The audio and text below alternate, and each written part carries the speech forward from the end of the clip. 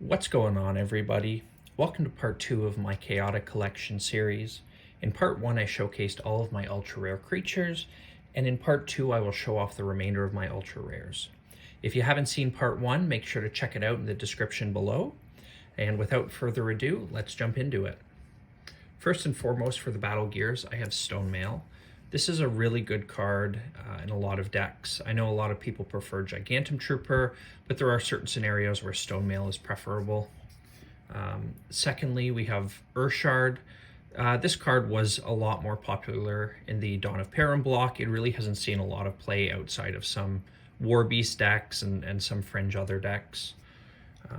Next up, we have the Doomhammer. Really good card for Danian decks because it gives them Earth 5 plus the additional bonus of being able to deal damage to Underworld and Danian creatures.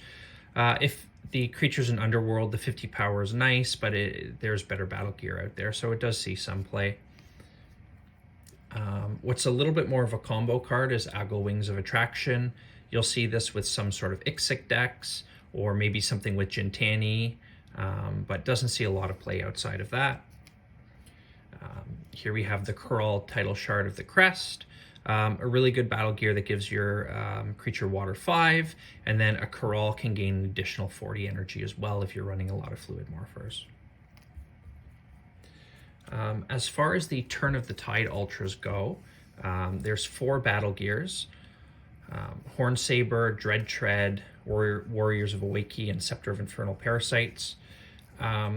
Hornsaber is really the only one that sees play. It's really popular in Wise Guys decks and some other overworld decks that use Garv. The Dread Tread, I've seen people try to make it work with Takinom, but it really is difficult to do without the Bimower cycle. Warriors of Awaki sees virtually no play.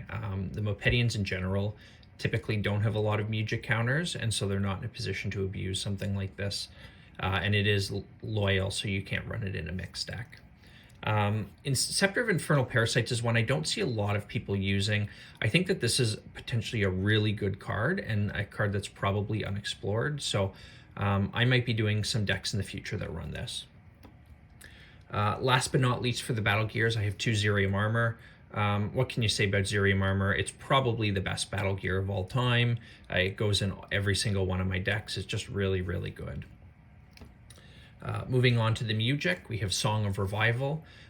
This is another card that saw a lot of play in the Dawn of Perrin block. It really has kind of been phased out because there's better Mujic, but I do sometimes like it as a one-of in Underworld decks. It's not unique, so in theory you could run 2 if you wanted, but I've always found that 1 is sufficient. Next up, we have Mujic Reprise. Again, not a card that sees a whole lot of play. Sometimes it's really good for bringing back Mujic if you're in a certain sort of combo deck and you want to play that Mujic over and over again. But outside a couple fringe decks, it really doesn't see a lot of play. I have a French Song of Deflection.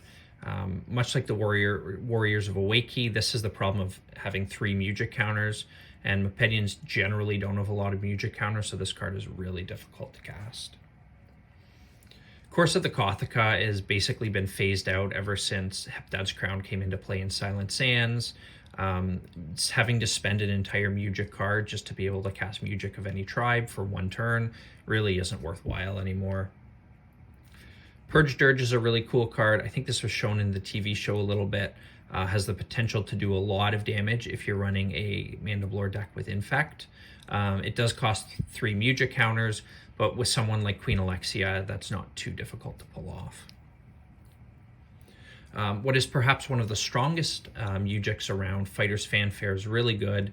It's like a Rhyme of the Reckless on steroids. It basically flips the attack back on them. Very good card. I like to try to put it in all my Mopedian decks and even a lot of mixed decks when I can. Psionic Serenade is perhaps the strongest Mujic that's ever been printed. In fact, it probably not perhaps, I think it objectively is. This single Mujic can take out one of your opponent's creatures for virtually no cost, just 2 Mujic counters, and remove a creature in your graveyard. It's also generic, which means it can fit in any deck. I've run versions of this deck that actually abuses this card with Mujic Reprise to be able to play Psionic Serenade over and over and over again, but it's currently on the ban list. Deep Dirge is a card that's really not all that exciting, so I won't say much about it. The Marillion Invasion Beyond the Doors block really had a lot of not very good Mujic. Here's another one, Fanfare of the Brain and Predator Song, same sort of idea. Not really particularly good. After Psionic Serenade, Unheard Melody is probably the strongest. For 6 Mujic counters, it can destroy any creature with no Mujic counters.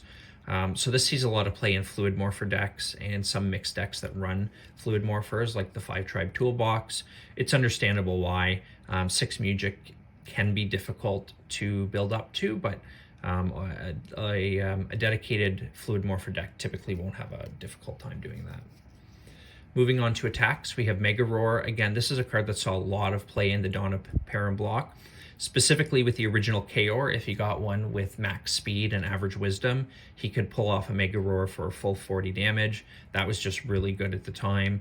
Again, there's better attacks that have been printed, so this doesn't see a lot of play anymore. I won't spend a lot of time talking about Strike of the Meek because the card it's just bad. 5 build points to do 50 damage isn't great on its own, and then the fact that your creature has to have 30 or less scanned energy, it's not a very good card. Apocalypse, I like to run this card in a lot of my elemental decks. I've seen on some of the Discord and the forums, this card doesn't see a whole lot of love. I'm not really sure why. I think it's a really solid attack. Does 25 damage, you gain 5 energy, you flip their battle gear face down, and you draw and discard an attack card. That's a lot of value for a card that only costs 3 build points, so I really like this card. Heptagon Kale is a card that is super busted with Nadrin Fluid Morpher's Foe. This was a deck that ran Bodil's Dagger as well, and then some locations to strip your opponent's elements. That was certainly a tier 1 deck before the ban list came out. Outside of that, Heptagon Hail I really don't think sees a lot of play, but cool card to have nonetheless. Primal Smash, another card on the ban list. Personally, I don't think this deserves to be on the ban list. I appreciate that it's basically a staple in every single deck, but so is Zerium Armor, so is Marksman's Prep. And by removing this card from the card pool, what you're doing is you're weakening the attack decks of a lot of tier 2 and tier 3 decks, whereas the tier 1 decks tend to have a stronger attack base, so they're not impacted as much by the removal of Primal Smash. Sink Scream, this is an interesting card. It could work theoretically in a Gantrak deck. The problem is you'd have to have all 4 elements. I haven't tried to build a deck around it. I might at some point. Unified Tribe Charge, another card that doesn't see a lot of play. I've tried to build a 5-tribe toolbox deck that runs Bodil's Dagger, so you can run this and the Granky attack. So I might do a deck profile on that one of these days. Getting close to the end with Castle Pillar. The card's fine. I only have the ultra rare version. There's a OP promo version that has much better art, so maybe I'll get that in my collection one day.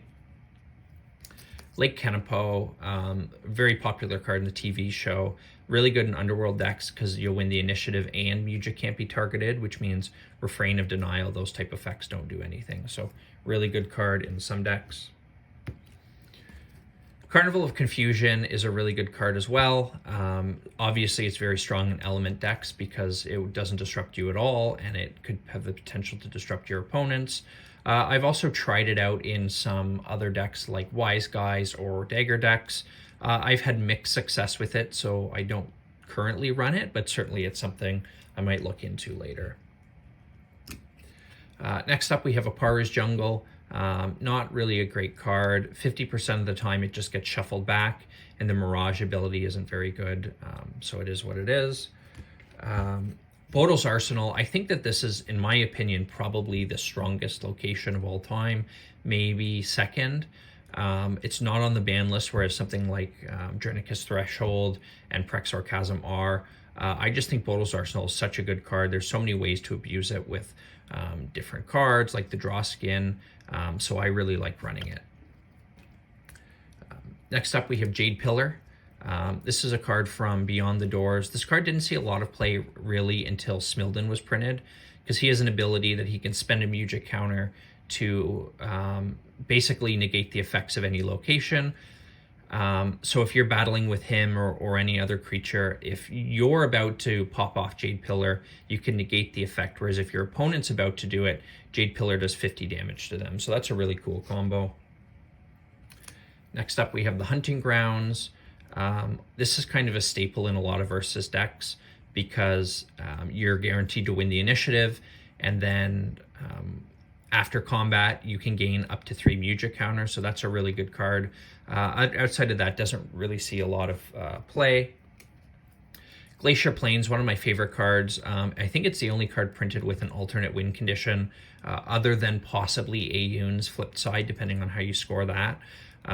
It's a really difficult card to pull off. It's very rare that I've seen somebody do it, but it's certainly fun if you want to give it a try. And last but not least, for the locations, I have Prexor Chasm, the Blight. This is a really powerful card. The effect is good, and the Mirage is very good as well. This sees a lot of play in burn decks, and it's understandably on the ban list. That's all I have for now. Thanks everybody for watching part 2, and make sure to stay tuned for part 3. Thank you.